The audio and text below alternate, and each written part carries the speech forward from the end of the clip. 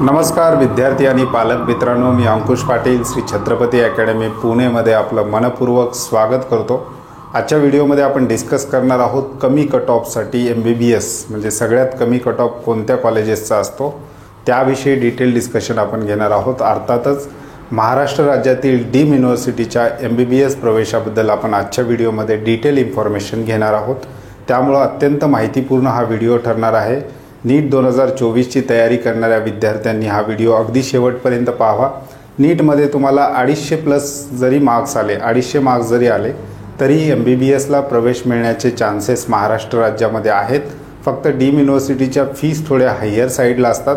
त्या फीस किती आहेत, त्याचबरोबर महाराष्ट्र राज्यामध्ये डीम युनिव्हर्सिटी किती आहेत, त्याचबरोबर कोणत्या लोकेशनला आहेत, त्यांची प्रवेश प्रक्रिया कशा प्रकारे होते, 2023 चा पहिल्या, दुसऱ्या, तिसऱ्या राऊंडचा डीम युनिव्हर्सिटीचा संपूर्ण देशभरातला कट ऑफ काय होता याविषयी डिटेल इन्फॉर्मेशन आपण आजच्या व्हिडिओमध्ये घेणार आहोत। चॅनलवर नवीन असाल तर अशाच माहितीपूर्ण व्हिडिओसाठी आजच श्री छत्रपती अकॅडमी पुणेच्या यूट्यूब चॅनलला सबस्क्राइब करा। त्याचबरोबर नीट 2024 साठीची पेड काउन्सिलिंग सर्व्हिससुद्धा आमच्याकडे सुरू झालेली आहे। डिस्क्रिप्शन बॉक्समध्ये आमचे कॉन्टॅक्ट नंबर आहेत, त्या नंबरवर कॉल करून तुम्ही आमच्या पेड काउन्सिलिंग सर्व्हिसविषयी सुद्धा अधिक माहिती घेऊ शकता। आता आपण आजच्या व्हिडिओला सुरुवात करूयात। आजच्या व्हिडिओचा विषय आहे लो कट ऑफ MBBS म्हणजेच कमीत कमी मार्क्सला MBBS विद्यार्थ्यांना कुठे मिळतं, तर त्याचा उत्तर आहे डीम युनिव्हर्सिटीमध्ये। कारण डीम युनिव्हर्सिटीमध्ये अगदी 250 प्लस मार्क्स जरी विद्यार्थ्याला आले, अगदी ऑल इंडिया लेवलवर बोलायचं झालं तर नीट इलिजिबल असणाऱ्या विद्यार्थ्यांना सुद्धा MBBS मध्ये ॲडमिशन घेता येतं। परंतु डीम युनिव्हर्सिटीच्या ज्या काही फीस आहेत त्या खूप हायर साईडला असतात। त्या ठिकाणी कसल्याही प्रकारचं कॅटेगरी बेनिफिट विद्यार्थ्यांना फीसमध्ये मिळत नाही। त्याविषयी डिटेल इन्फॉर्मेशन आपण आजच्या व्हिडिओमध्ये घेणार आहोत। डीम युनिव्हर्सिटीविषयी डिस्कस करत असताना आपल्याला सर्वात आधी फरक समजून घेतला पाहिजे। गव्हर्नमेंट MBBS कॉलेज, त्याचबरोबर सेमी गव्हर्नमेंट किंवा ज्याला आपण प्रायव्हेट MBBS कॉलेज म्हणतो, आणि डीम युनिव्हर्सिटी या तीनमध्ये नेमका फरक काय आहे त्याविषयी आपण आता थोडक्यात पाहूयात। गव्हर्नमेंट आणि सेमी गव्हर्नमेंट कॉलेजेस जे आहेत यांच्या फीसवर शासनाचं पूर्णतः नियंत्रण असतं। महाराष्ट्राच्या बाबतीत बोलायचं झालं तर महाराष्ट्राची शिक्षण शुल्क समिती या कॉलेजेसच्या फीसवर पूर्णपणे नियंत्रण ठेवून असते। यांचे संपूर्ण अधिकार फीसचे हे शासन ठरवत असतं। शासनाकडे शिक्षण शुल्क समितीकडे प्रत्येक वर्षी कॉलेजला जर फीस वाढवायची असेल तर तशा प्रकारचा प्रस्ताव पाठवावा लागतो। त्यानंतर या फीसवर शिक्षण शुल्क समिती आणि ॲडमिशन ऑथॉरिटी या कॉलेजेसच्या फीस आणि इतर सुविधांवर नियंत्रण ठेवत असते। डीम युनिव्हर्सिटी ह्या टोटल प्रायव्हेट युनिव्हर्सिटी असतात। त्यांच्या फीसवर कसल्याही प्रकारचं शासनाचं नियंत्रण असलेलं आपल्याला पाहायला मिळत नाही, त्यामुळे त्यांच्या फीस या हायर साईडच्या असतात। त्याचबरोबर गव्हर्नमेंट किंवा सेमी गव्हर्नमेंट कॉलेजला जर विद्यार्थ्याचा नंबर लागला तर शासनाच्या ज्या काही स्कॉलरशिप आहेत त्या विद्यार्थ्यांना लागू होतात। संपूर्ण कॅटेगरी वाईज स्कॉलरशिप असतील किंवा EWSचे विद्यार्थी असतील तर इकॉनॉमिक विकास सेक्शनच्या ज्या काही स्कॉलरशिप असतील किंवा शासन पातळीवर ज्या ज्या स्कॉलरशिपचे म्हणून निर्णय घेतले जातात शिक्षण क्षेत्रामध्ये, ते संपूर्ण निर्णय गव्हर्नमेंट आणि सेमी गव्हर्नमेंट कॉलेजला लागू होत असतात। डीम युनिव्हर्सिटीच्या बाबतीत तसं असलेलं आपल्याला पाहायला मिळत नाही। एकतर हे स्वतंत्र विद्यापीठ आहेत, म्हणजे ह्या टोटल प्रायव्हेट युनिव्हर्सिटी आहेत, यांचं जे काही मॅनेजमेंट आहे हे संपूर्ण त्या कॉलेजच्या हातामध्ये असतं। त्याचबरोबर यांची फी जी आहे ती खूप हायर साईडला असलेली आपल्याला पाहायला मिळते। त्याचबरोबर यांच्या ज्या काही प्रवेश प्रक्रिया आहेत त्या MCC मार्फत होत असतात। महाराष्ट्र शासनाचे जे काही प्रवेश प्रक्रियेची वेबसाईट आहे CET सेलवरून डीम युनिव्हर्सिटीच्या प्रवेश प्रक्रिया होत नाहीत। डीम युनिव्हर्सिटीच्या संपूर्ण प्रवेश प्रक्रिया करण्याचा अधिकार हा सेंट्रल गव्हर्नमेंटकडे आहे। आणि डीम युनिव्हर्सिटीमध्ये ॲडमिशन विद्यार्थ्याला घ्यायचं असेल तर विद्यार्थ्याला ऑल इंडिया कोट्याची जी काही MCCच्या वेबसाईटवरून प्रवेश प्रक्रिया चालते त्यामध्ये विद्यार्थ्याला भाग घ्यावा लागतो। तर गव्हर्नमेंट सेमी गव्हर्नमेंट कॉलेजेसमध्ये विद्यार्थ्याला स्कॉलरशिपचे पूर्ण बेनिफिट मिळतात। त्याचबरोबर या ठिकाणी फीसवर पण नियंत्रण असतं। त्याचबरोबर गव्हर्नमेंट आणि सेमी गव्हर्नमेंट कॉलेज महाराष्ट्राच्या बाबतीत बोलायचं झालं तर एकाच युनिव्हर्सिटीच्या अंडर ते काम करतात। म्हणजेच महाराष्ट्र आरोग्य विज्ञान विद्यापीठ नाशिक या ठिकाणी आहे, त्या युनिव्हर्सिटीच्या अंडर महाराष्ट्र राज्यातील जेवढे गव्हर्नमेंट आणि सेमी गव्हर्नमेंट कॉलेजेस आहेत ते नाशिक विद्यापीठाअंतर्गत त्यांचा कारभार चालतो। परंतु डीम युनिव्हर्सिटीच्या प्रत्येक कॉलेजचा जो काही मॅनेजमेंट आहे ते वैयक्तिक त्या कॉलेजच्या मॅनेजमेंट मार्फत चालवले जातात। इन शॉर्ट डीम युनिव्हर्सिटीचे संपूर्ण अधिकार हे कॉलेजच्या मॅनेजमेंटकडे असतं। तर त्या ठिकाणी युनिव्हर्सिटी ज्या असतात त्या युनिव्हर्सिटी त्या मॅनेजमेंटच्या अंडर त्यांचा पूर्ण जो काही कारभार चालतो असं आपण म्हणू शकतो। तर विद्यार्थी मित्रांनो, आपण संपूर्ण भारत देशाचा विचार केला तर संपूर्ण भारत देशामध्ये सध्याच्या घडीला 51 डीम युनिव्हर्सिटी आहेत। विशेषतः महाराष्ट्र, कर्नाटका, तेलंगणा राज्यामध्ये डीम युनिव्हर्सिटीची संख्या जास्त असलेली आपल्याला पाहायला मिळते। संपूर्ण देशभरामध्ये 51 डीम युनिव्हर्सिटी आहेत।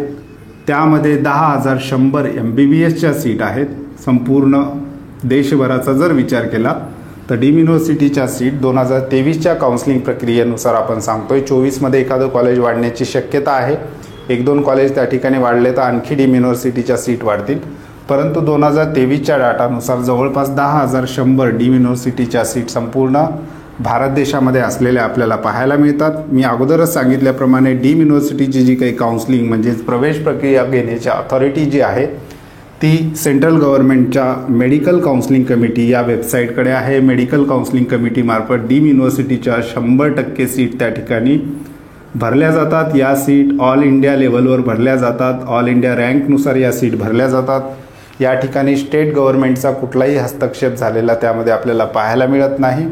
डीम युनिव्हर्सिटीमध्ये विद्यार्थ्याला प्रवेश प्रक्रियेमध्ये जर डीम युनिव्हर्सिटीसाठी आपल्याला चॉईस फिलिंग किंवा डीम युनिव्हर्सिटीच्या प्रवेश प्रक्रियेमध्ये भाग घ्यायचा असेल तर विद्यार्थ्याला फॉर्म भरत असताना जवळपास 2 लाख रुपये एवढं डिपॉझिट अमाऊंटसुद्धा त्या ठिकाणी भरावं लागतं। हे 2 लाख रुपये डिपॉझिट आहे, त्याचे रिफंडचे रूल कसे आहेत ते त्यावेळी आपण जेव्हा काउन्सिलिंग प्रक्रिया सुरू होईल त्यावेळेस आपण डिस्कस करूयात। पण विद्यार्थ्यांना एक ओव्हरलुक राहावं की डीम युनिव्हर्सिटीमध्ये आपल्याला जर पार्टिसिपेट करायचं असेल तर एक विद्यार्थ्याला अंदाज यावा, म्हणून आपण या ठिकाणी डिस्कस करतोय की 2 लाख रुपये इतकी रक्कम डिपॉझिट स्वरूपात डीम युनिव्हर्सिटीच्या काउन्सिलिंग प्रक्रियेमध्ये MBBSच्या बाबतीत भाग घ्यायचा असेल तर त्या ठिकाणी लागत असतात। आता आपण डिस्कस करूयात महाराष्ट्र राज्यामध्ये कोणत्या डीम युनिव्हर्सिटी आहेत MBBSच्या ॲडमिशनसाठी, त्याविषयी डिस्कस करूयात आणि त्यांची फीस आणि 2023चा राऊंड 1, राऊंड 2, राऊंड 3चा कट ऑफ काय होता ते आपण त्या ठिकाणी डिस्कस करणार आहोत। महाराष्ट्राचा विचार केला तर महाराष्ट्रामध्ये भारती विद्यापीठ सांगली या ठिकाणी MBBSचे ॲडमिशन होतात। त्यांची दरवर्षीची जी काही फीस आहे 21,02,835 जवळपास एवढी फीस आहे। त्याच्यानंतर भारती विद्यापीठ पुणे यांची फीस 22,40,170 असलेली आपल्याला पाहायला मिळते। त्याच्यानंतर तिसरं कॉलेज आहे दत्ता मेघे नागपूर, या ठिकाणी MBBSला ॲडमिशन होतात। त्यांची फीस 20,25,000 प्रतिवर्ष इतकी आहे। त्याच्यानंतर पुढचं कॉलेज आहे DY पाटील कोल्हापूर, यांची प्रतिवर्ष फीस 20,60,000 इतकी असलेली आपल्याला पाहायला मिळते। त्याच्यानंतर पुढचं कॉलेज आहे DY पाटील पुणे, या ठिकाणी फीस आहे 26,50,000 प्रतिवर्ष। त्याच्यानंतर DY पाटील नवी मुंबई, या ठिकाणची जी फीस आहे ती जवळपास 27 लाख प्रतिवर्ष MBBSची। त्याच्यानंतर Pravara institute of medical science लोणी, या ठिकाणी जी फीस आहे 17,50,000 इतकी फीस या ठिकाणी आहे। प्रवरा जी लोणीचं कॉलेज आहे हे महाराष्ट्रातील सगळ्यात कमी फीसचं डीम कॉलेज म्हणून सुद्धा ओळखलं जातं। तर प्रवराची जी काही फीस आहे ती 17,50,000 प्रतिवर्ष इतकी आहे। त्याच्यानंतर पुढचं कॉलेज आहे दत्ता मेघे वर्धा, या ठिकाणी 20,25,000 इतकी प्रतिवर्ष फीस आहे। त्याच्यानंतर MBBS डीम पुढचं कॉलेज आहे कृष्णा इन्स्टिट्यूट कराड, या ठिकाणी 23 लाख प्रतिवर्ष इतकी फीस आहे। त्याच्यानंतर पुढचं कॉलेज आहे MGMचे 3 कॅम्पस असलेले आपल्याला पाहायला मिळतात। MGM नवी मुंबई, त्याचबरोबर MGM संभाजीनगर आणि मागच्या वर्षी MGMचा आणखी एक डीम युनिव्हर्सिटी सुरू झालेली आहे वाशी या ठिकाणी। तर MGMच्या 3ही कॅम्पसची जर आपण फीस बघितली ती जवळपास 21 लाख पर इयर या ठिकाणी फीस आहे MGMच्या बाबतीत। आणि त्याच्यानंतर सिम्बॉयसिस पुणे ही पूर्णतः वुमनसाठी म्हणजेच मुलींसाठी राखीव असलेली MBBSची डीम युनिव्हर्सिटी आहे। या ठिकाणी 10 लाख प्रतिवर्ष इतकी फीस त्या ठिकाणी असलेली आपल्याला पाहायला मिळते। सिम्बॉयसिस पुणेवर आपण डिटेल व्हिडिओ एक सेपरेट बनवलेला आहे या अगोदर, तर जर त्या विद्यार्थ्यांनी किंवा कोणत्या विद्यार्थ्यांनी तो व्हिडिओ पाहिला नसेल तर डिस्क्रिप्शन बॉक्समध्ये त्यांची सुद्धा लिंक दिली गेलेली आहे। सिम्बॉयसिसच्या ॲडमिशन प्रक्रियेविषयी डिटेल व्हिडिओ आपण त्यामध्ये पाहिलेला आहे। तर विद्यार्थी मित्रांनो, हे होतं महाराष्ट्र राज्यातील जेवढ्या काही डीम MBBSसाठीच्या युनिव्हर्सिटीज आहेत त्यांच्या प्रतिवर्ष फीस आपण डिस्कस केलेल्या आहेत। आता संपूर्ण देशभरातील जेवढे डीम युनिव्हर्सिटी आहेत 51 डीम युनिव्हर्सिटी यांच्या कट ऑफची जी काही PDF आहे राऊंड 1, राऊंड 2 आणि राऊंड 3चे कट ऑफ आपण त्याच्यामध्ये दिलेले आहेत। या संपूर्ण डीम युनिव्हर्सिटीचे कट ऑफ संपूर्ण देशभरातील, त्याचबरोबर त्याच्यामध्ये महाराष्ट्र इन्क्लूड, या संपूर्ण डीम युनिव्हर्सिटीच्या कट ऑफची PDF तुम्हाला डिस्क्रिप्शन बॉक्समध्ये एक लिंक दिली गेलेली आहे।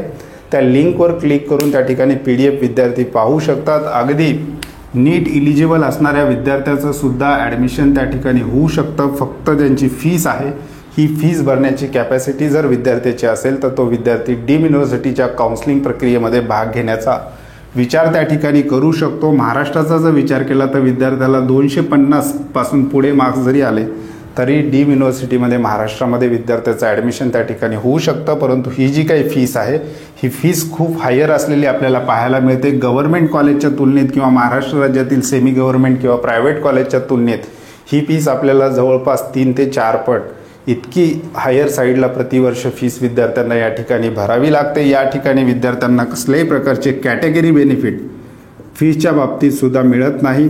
मागच्या 2 वर्षापासून चर्चा चालू आहे की डीममध्ये सुद्धा स्कॉलरशिप विद्यार्थ्यांना मिळणार आहे। तशा प्रकारचे GR सुद्धा फिरताना आपल्याला व्हॉट्सअपवर पाहायला मिळतात। परंतु सध्या तरी कसल्याही प्रकारचा GR डीम युनिव्हर्सिटीला लागू झालेला नाही। एवढी फीस विद्यार्थ्यांना प्रतिवर्षी त्या ठिकाणी भरावी लागते आणि संपूर्ण डीम युनिव्हर्सिटीचे मागच्या वर्षीचे जे काही कट ऑफ आहेत राऊंड 1, राऊंड 2, राऊंड 3चे डिस्क्रिप्शन बॉक्समध्ये लिंक दिली गेलेली आहे। त्या लिंकवर क्लिक करून तुम्ही त्या ठिकाणी कट ऑफ डाउनलोड करून घेऊ शकता। त्याच ठिकाणी राऊंड 1, राऊंड 2, राऊंड 3चे कट ऑफ जर तुम्ही ऑब्झर्व केले तर डीम युनिव्हर्सिटीच्या बाबतीत एक गोष्ट तुम्हाला ऑब्झर्व करताना लक्षात येईल, डीम युनिव्हर्सिटीचे पहिल्या राऊंडचे कट ऑफ हे नेहमी कमी असलेले पाहायला मिळतात। जसे जसे राऊंड पुढे जातील तसे तसे डीम युनिव्हर्सिटीचे कट ऑफ वाढताना आपल्याला पाहायला मिळतात। याचं कारण विद्यार्थी अगोदर गव्हर्नमेंट किंवा सेमी गव्हर्नमेंट कॉलेजसाठी प्रयत्न करत असतात, त्यामध्ये विद्यार्थ्याचा नंबर नाही लागला तर 2nd किंवा 3rd राऊंडपासून डीम युनिव्हर्सिटीच्या रजिस्ट्रेशनमध्ये त्या ठिकाणी वाढ झालेली आपल्याला पाहायला मिळतात। 2nd राऊंडपासून विद्यार्थ्याची संख्या त्या ठिकाणी वाढताना आपल्याला पाहायला मिळते आणि या साईडचा म्हणजेच गव्हर्नमेंट किंवा सेमी गव्हर्नमेंट कॉलेजचा कट ऑफ हायर साईडला गेला तर डीम युनिव्हर्सिटीचे जे काही कट ऑफ आहेत 2nd राऊंडपासून त्या ठिकाणी मार्क्स वाढत असताना आपल्याला पाहायला मिळतात। तर डीम युनिव्हर्सिटीच्या कट ऑफचे संपूर्ण PDF डिस्क्रिप्शन बॉक्समध्ये आहे। ज्या विद्यार्थ्यांना पाहिजे असेल तर डिस्क्रिप्शन बॉक्समध्ये लिंक दिली गेलेली आहे, त्यावर क्लिक करून तुम्ही कट ऑफ डाउनलोड करून घेऊ शकता। त्याचबरोबर श्री छत्रपती अकॅडमीच्या पेड काउन्सिलिंग सर्व्हिसविषयी जाणून घ्यायचं असेल तर डिस्क्रिप्शन बॉक्समध्ये आमचे नंबर दिले गेलेले आहेत, त्यावर कॉल करून तुम्ही आमच्या पेड काउन्सिलिंग सर्व्हिसविषयी सुद्धा जाणून घेऊ शकता। तुर्तास आजच्या व्हिडिओमध्ये आपण इथेच थांबतोय। पुन्हा भेटूयात आणखी एका नव्या आणि माहितीपूर्ण व्हिडिओमध्ये। धन्यवाद।